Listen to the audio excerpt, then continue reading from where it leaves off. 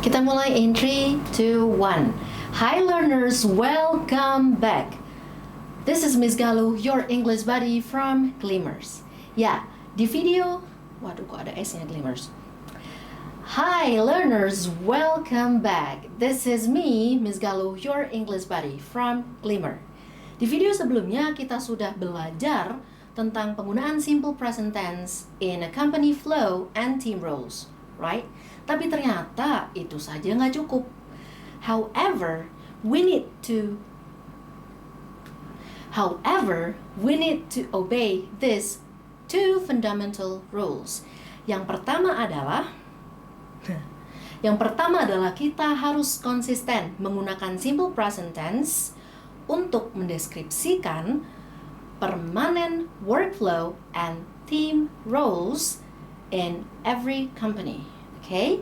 And then the second one is that we need to accurately describe what responsible for whom. Dan yang kedua adalah we need to accurately describe who is responsible for what. Jadi tiap-tiap tugas harus secara akurat dikerjakan oleh tiap-tiap divisi.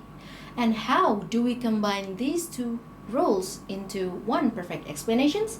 Yuk kita cari tahu. Oke. Dalam mendeskripsikan alur kerja, kita tidak hanya fokus kepada subjek, verb one, dan objek, tapi ternyata kita perlu memfokuskan lebih detail pada subjeknya. Yes, since this is a workflow of different kinds of team roles, we need to have the two different types of subjects. The first one is subject non-pronoun. Ya, kita bisa menggunakan subjek ini dan diisi dengan divisi. Okay, we can start by using a subject non-pronoun. We need to have the division name or the name who is responsible for the actions.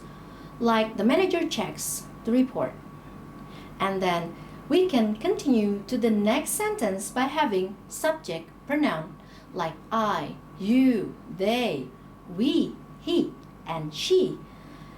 The manager checks the report. The manager checks the report.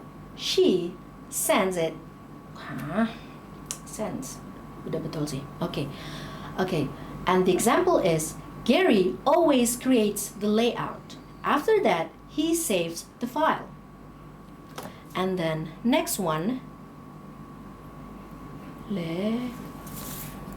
Sebentar mas.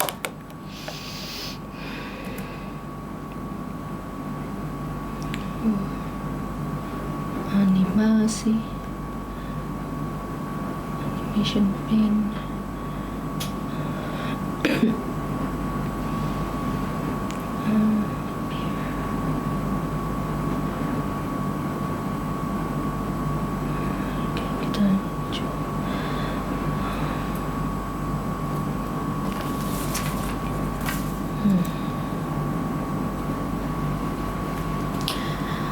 Oke, kita mulai di slide ini.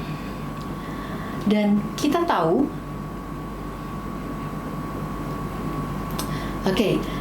tahu bahwa mendeskripsikan company workflow and team roles itu menggunakan simple present tense, subject, verb one, and object. Tapi kalian tahu nggak, ternyata penggunaan subject itu berpengaruh banget. Yes, we can use two different types of subject. The first one, starting with subject non-pronoun. Yes, we need to use the division name or the name that is responsible for the actions. As an example, the manager checks the report. And we need to continue the descriptions using the subject pronoun like I, you, they, we, he, and she. Gary always creates the layout. After that, he saves the file. And the next one is Okay.